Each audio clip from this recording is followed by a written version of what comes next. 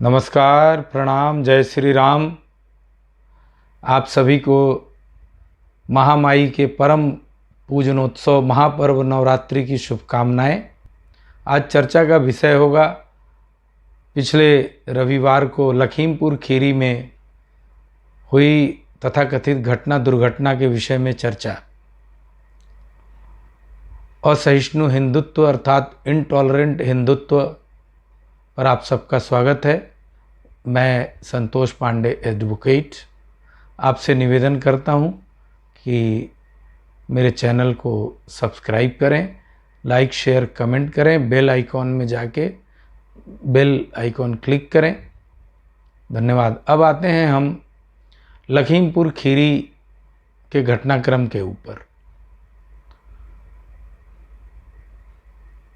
रविवार को केंद्रीय गृह राज्य मंत्री के गांव में कोई दंगल प्रतियोगिता होनी थी। इस समारोह में उत्तर प्रदेश के उप मुख्यमंत्री केशव प्रसाद मौर्य जी को भी जाना था। इसी बीच में रास्तों में चूंकि पीलीभीत और लखीमपुर खीरी ये एक बेल्ट ऐसा है जहां सिख किसान भी हैं और अन्य किसान तो है ही हैं। तो जैसा सुनने में आ रहा है कि किसान काले झंडे से प्रदर्शन कर रहे थे उप मुख्यमंत्री के लिए और अपनी मांगों को न सुने जाने पे कार्रवाई की मांग कर रहे थे। इसके पश्चात वहाँ कुछ ऐसी घटना हुई जो तमाम मीडिया संस्थानों के द्वारा प्रचारित किया गया। तमाम राजनैतिक गिद्धों द्वारा कौओं की तरह काँव काँव और सियारों की तरह हुआ हुआ करके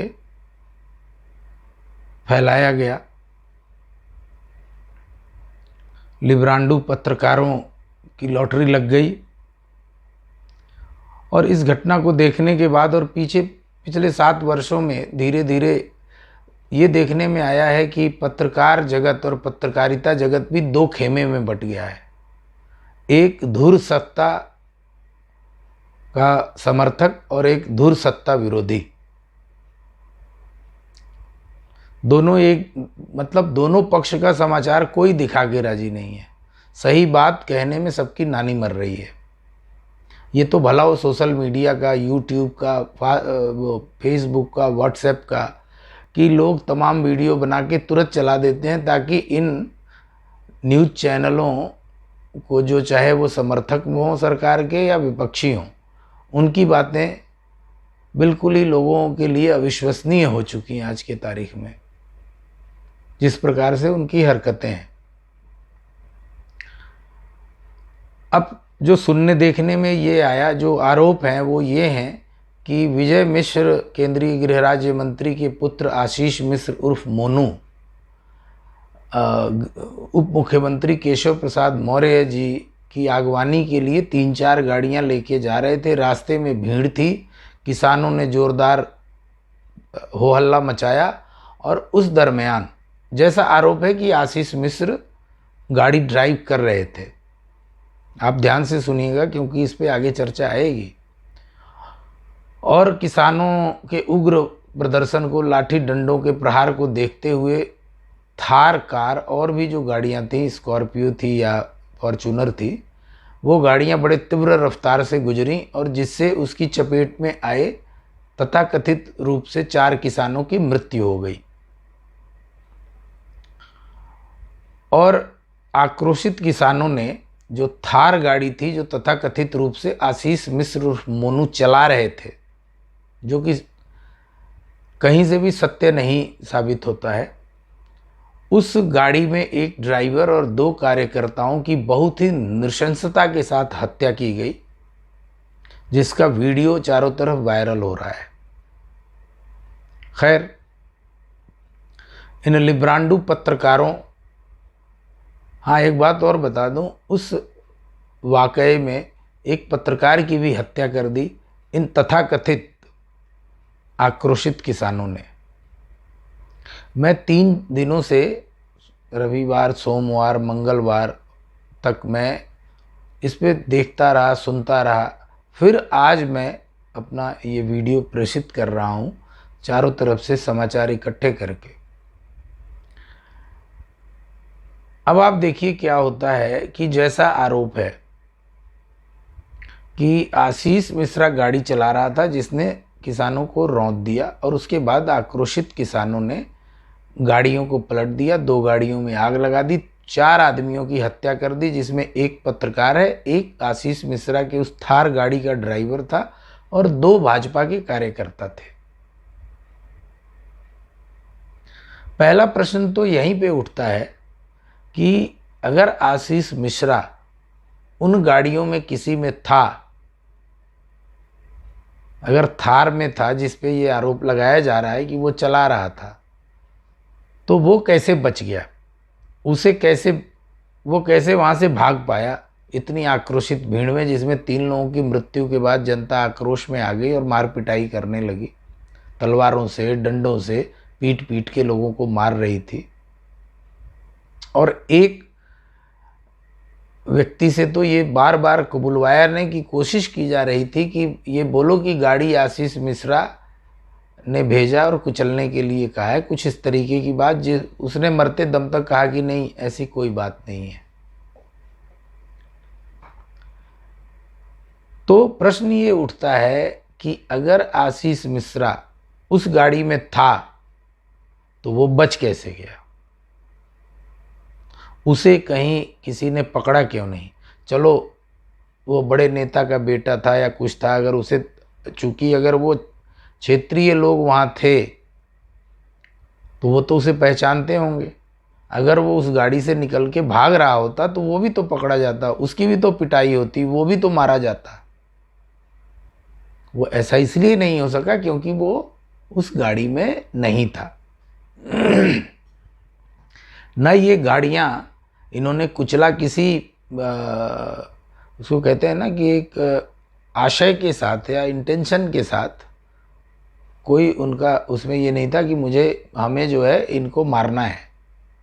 चूंकि गाड़ी लेके वो अगवानी के लिए जा रहे थे और एकाएक आक्रोशित भीड़ ने जब रास्ता जाम कर दिया और लाठी डंडे बरसाने लगे, तो जो भी ड्राइवर थे उनके पास कोई चारा नहीं रह गया कि किसी तरीके से अपनी गाड़ियां भगाएं, और उस दरमियान निश्चित तौर पे दुर्घटना हुई होगी, ये लोग कुचले गए होंगे।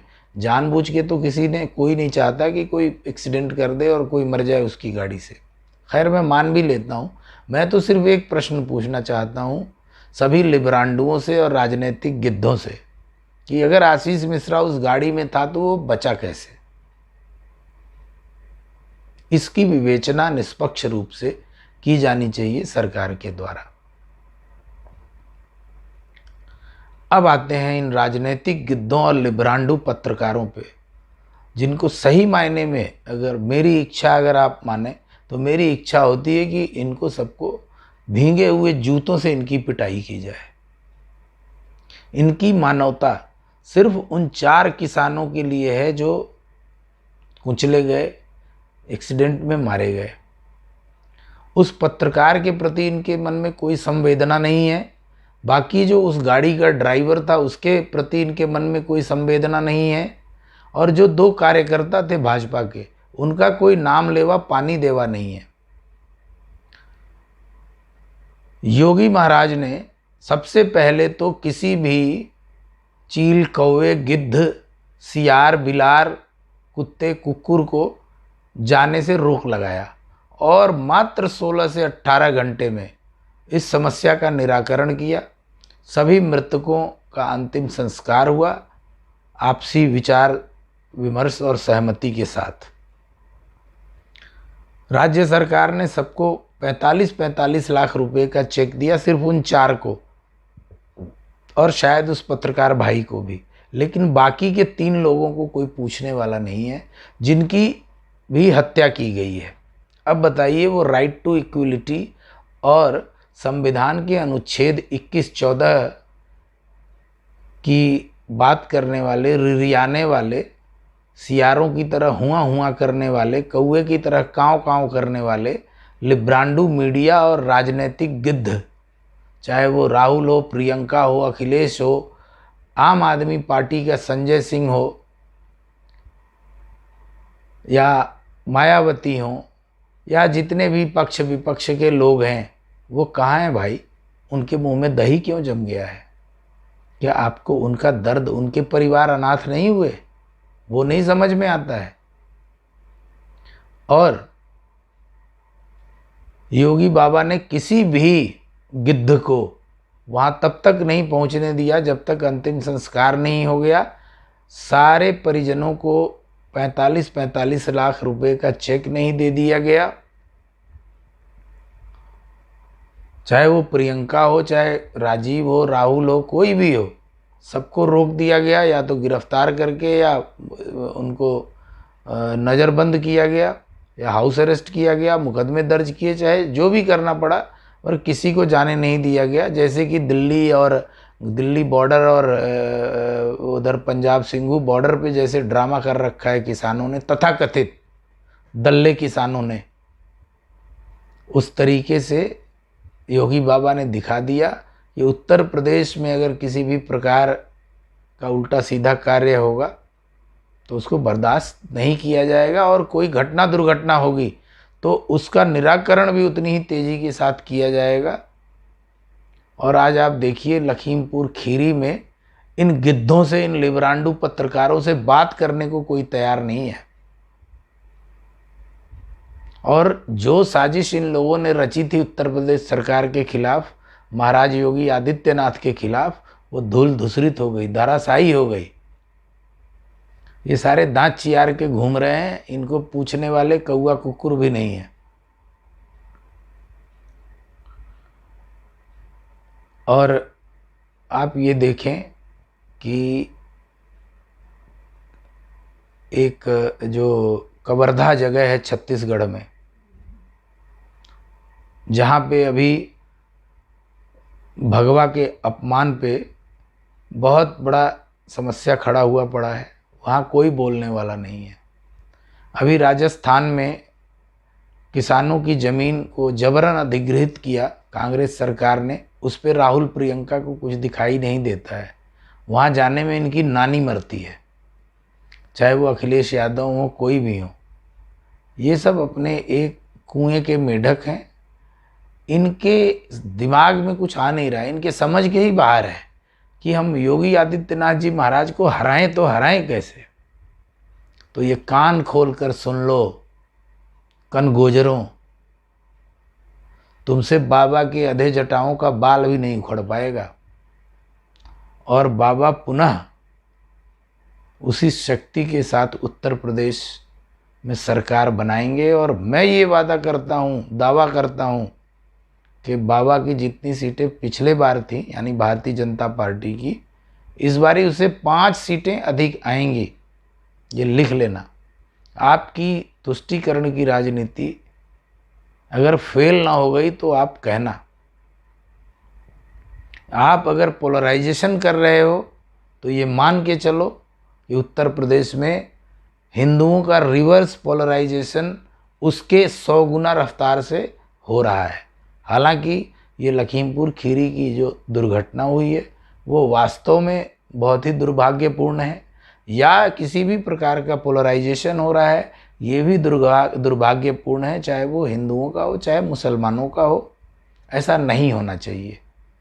लेकिन आप जो विपक्षी लोग हैं, कल तक माननीय मनीष जी सिसोदिया, अरविंद जी केजरीवाल, अखिलेश सिंह यादव, मायावती, लालू यादव, मुलायम यादव और दुनिया भर के तमाम तथाकथित लिबरांडू, सेकुलरिस्ट, फेकुलरिस्ट पत्रकार से लेकर राजनीतिक गिद्ध तक, जिस राम मंदिर के विवादित स्थल को कहते थे कि वहाँ विश्वविद्यालय बनवा दो, ये मनीष सिसोदिया कहता था, और आज जाके हनुमानगढ़ी में भंडारा चाँप रहा है। आज अखिलेश हो, मायावती हो, ओवैसी जैसा व्यक्ति, ये सब राम मंदिर क्यों घूम रहे हो भैया? मुझे तो ये समझ में नहीं आया। और सुन लो, जो लोग भाजपा को और योगी आदित्यनाथ जी को ब्राह्मण विरोधी बता रहे हो कि विकास दुबे का इनकाउंटर किया, ब्राह्मण प्रताड़ित हो रहे हैं, मैं आप सबसे एक सवाल पूछना चाहता हूँ। आप जो लोग ब्राह्मणों के लिए इतना घूम घूम के उनके वोट कलेक्ट करने की कोशिश कर रहे हो, क्या आप बता सकते हो कि विकास दुबे ने जिन पुलिस वालों को मारा था उन पुलिस वालों में कितने ब्राह्मण थे? थाने में एक भूतपूर्व सांसद को घुस के उसने मारा था दिन दहाड़े, वो किस जाति का था पता है आपको? और क्या आपने कभी चेक किया है कि विकास यादव ने सबसे ज़्यादा हत्याएं किस जाति के लोगों की हैं? तो आपकी जानकारी के लिए बता दूं, सबसे ज़्यादा हत्याएं उस कुकर्मी ने ब्राह्मणों की। और आप लोग उसके नाम पे कह रहे हो कि ब्राह्मणों का विरोध है, प्रताड़ना है। आप लोगों के आंख में सूअर का बाल है। जो अभी मारे गए भाजपा के 2 कार्यकर्ता, वो क्या थे भाई? वो ब्राह्मण नहीं थे। मैं किसी जातिवाद में नहीं पढ़ रहा हूँ, बट आपके जो पाखंड हैं उनको मैं दिखाना चाहता हूँ। ये जो राहुल गांधी कोर्ट के ऊपर जनेऊ पहन के घूमता है, ये जो प्रियंका गांधी रुद्राभिषेक करती नजर आती है, ये अखिलेश यादव परशुराम सभा करता है, ये मायावती ब्राह्मण सम्मेलन करती है अयोध्या में, तो भैया इससे कुछ नहीं होने वाला। अब मत बांटो हिंदुओं को, ब्राह्मण, राजपूत, भूमिहार, चमार, दुसाध, जाटो, जाट, इनमें मत बांटो। और आपके बटने से बटने वाले भी नहीं हैं, हिंदू हिंदू ही रहेंगे।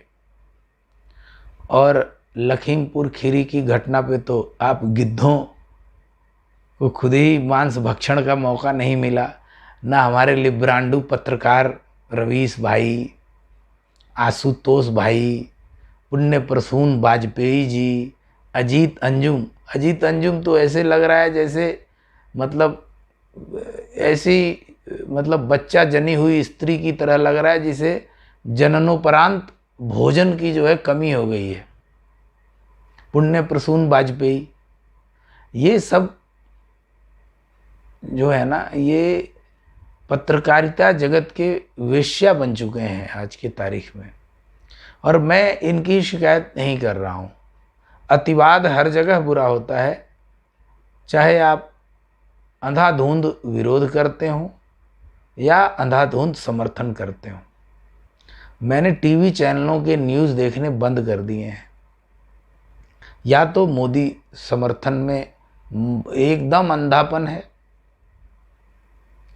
मतलब भाजपा या मोदी कह लीजिए, और या फिर मोदी विरोध में भी एकदम अंधापन है। अब जो मोदी समर्थक पत्रकार हैं, समाचार चैनल हैं, वहाँ तो ये मोदी समर्थक पत्रकार अच्छी नौकरियों में विराजमान हैं, अपना भाषणबाजी करते हैं और सरकार की नीतियों की सराहना करते हैं। और जो इसके विरोध में रहे, इन सबको लात मार मार के गेट आउट कर दिया गया, चाहे वो प्रिंट मीडिया हो, चाहे वो इलेक्ट्रॉनिक मीडिया हो। ये बेचारे यूट्यूबरिया खबरिया बने हुए हैं, तो बेचारे किसी तरह अपना जीवन यापन कर रहे हैं, सरकार विरोध करके लोगों से रोज़ सहायता मांगते हैं। कि अब आशुतोष का एक यूट्यूब चैनल है, उसका नाम है सत्य हिंदी। सिवाय असत्य के कोई बात नहीं है, हर खबर का उल्टा दिखाना, हर खबर में सरकार के खिलाफ बोलना। मैं ये नहीं कह रहा हूँ बिल्कुल खिलाफ बोलिए, लेकिन समाचारों का तिया पाचा मत कीजिए, कट पेस्ट मत कीजिए। आप जिस हिसाब से आप उस चैनल को लेके आए कि हम सत्य दिखाते हैं, लेकिन आप बिल्कुल बायस्ड हैं, पक्षपाती हैं। लल्लन टॉप एक सौरभ द्विवेदी है, पहले ठीक था, सापेक्ष बातें करता था, निरपेक्ष बातें करता था, सब तरह के न्यूज़ दिखाता था। आज की तारीख में वो भी आए बाएं साएं कुछ का कुछ, किसी भी तरीके से मैं इनकी हरकतें देखता हूँ ना, जबरन ये बुलवाने की कोशिश करते हैं, योगी खराब है, मोदी खराब है, ये बहुत अच्छे हैं, वो बहुत अच्छे हैं, लेकिन पब्लिक इनको जूतों से सूत सूत के भगाती है। और अभी पूरे देश, जैसे बंगाल बड़ा हॉट केक बना था अभी विधानसभा चुनाव में, इसी प्रकार उत्तर प्रदेश विधानसभा हॉटकेक बना हुआ है और किसी भी प्रकार से माननीय योगी आदित्यनाथ जी महाराज को पदच्युत करना इन सभी गिद्धों का एकमात्र ध्येय बन चुका है, जिसमें बेचारे ये कहीं से पास नहीं पा रहे हैं, कहीं से भी ये सामर्थ्यवान नहीं हो पा रहे हैं। हर कर्म कर रहे हैं लेकिन कुपही में जब भंग पड़ी हो तो बस वही बात है। यहाँ तो हिंदू जनमानस ने भांग पी रखा है अभी, और उन्होंने वही करना है जो उन्होंने तय कर रखा है। और तय क्या कर रखा है इसे मुझे बताने की ज़रूरत नहीं है। पुनः सनातन धर्म की विजय होगी उत्तर प्रदेश में, और सनातन पूजक ही सरकार में आएंगे। कमी बेसी तो चलती रहेगी। और आप देखिए बाबा के मैनेजमेंट को, सबकी आंखें फटी की फटी रह गई।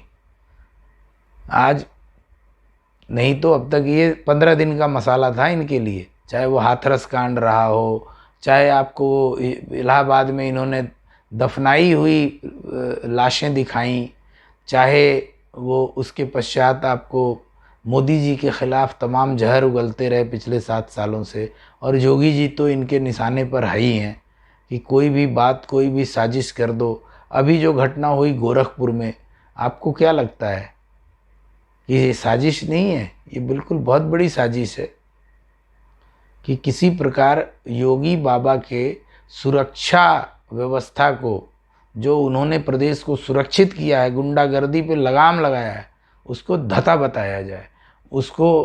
क्योंकि ऐसा है कि आज के तारीख में पुलिस वालों की सरदर्दी बड़ी बढ़ गई है।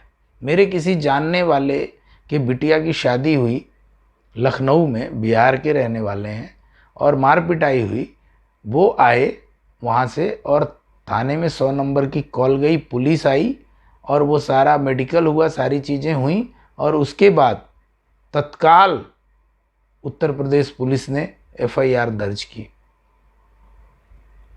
आप यकीन नहीं कर सकते हैं, आज से 5-7 साल पहले आप एक कंप्लेंट दे दीजिए और उस पर रिसीविंग का ठप्पा आपको उत्तर प्रदेश में नहीं लगा सकते थे। FIR तो बड़ी दूर की बात थी, उसके लिए भी आपको रिश्वत देना पड़ता था कंप्लेनेंट को। और आज वो स्थिति एकदम से उलट है। तो ऐसे पुलिस वाले भी तो हैं जो सपा के प्रति ज़्यादा उनकी सहानुभूति है, कोई BSP के प्रति सहानुभूति है, कोई कांग्रेस का आदमी है। तो इस प्रकार वो कहीं ना कहीं इन साजिशों में शामिल है। आप देखिए प्रियंका गांधी को औकात बता दिया, कोई राजनेता भाजपा का मिलने नहीं गया, सीतापुर में बंद करके रखा इसको। और ADG प्रशांत कुमार मिले और उन्होंने कहा हाँ जी अब जाओ लखीमपुर में ये घूम रहे हैं, यहाँ जा रहे हैं, वहाँ जा रहे हैं, कुछ नहीं मिल रहा है, ढाढ़स बधा रहे हो। अरे ढाढ़स बधाने वालों, दे दो अपनी अपनी पार्टी से 50-50 लाख रुपए, 20-20 लाख रुपए दे दो। और कितने कमजोर हो तुम, जो बाकी के 3-4 लोगों की हत्या पे तुम्हारे जुबान से एक शब्द नहीं निकल रहा है। लानत है तुम पे, लानत है तुम्हारी गिद्धगिरी पे। तुम लोगों को किसी भी प्रकार से सत्ता में नहीं आना चाहिए। तुमने आज तक देश को नोचा है, प्रदेश को नोचा है, और आगे तुम कुलबुलाए बलबलाए हुए क्यों हो? अलबलाए हुए इसीलिए हो क्योंकि सत्ता से दूरी, पैसे की कमजोरी, इन चीज़ों को बर्दाश्त नहीं कर पा रहे हो। ये एक और एकमात्र बड़ा कारण है। तो साहिबान, आज बस इतना ही। धन्यवाद। आगे इस पे चर्चा जारी रहेगी। और पुनः निवेदन है कि मेरे चैनल इनटॉलरेंट हिंदुत्व को सब्सक्राइब करें, लाइक शेयर और कमेंट ज़रूर करें। और ये आपका एक अप्रतिम सहयोग होगा हिंदुत्व को जागृत करने में, हिंदुत्व को बढ़ाने में। सनातन धर्म के प्रति आपकी एक तुच्छ सेवा होगी। इसलिए आप सबसे मेरा ये निवेदन है और हमेशा रहेगा। धन्यवाद। जय श्री राम और माँ दुर्गा, माँ भवानी आप सबको स्वस्थ रखें, मस्त रखें और व्यस्त रखें। इन्हीं शब्दों के साथ नवरात्रि की, महामाई के महापूजनोत्सव की आप सबको कोटिशः शुभकामनाएं।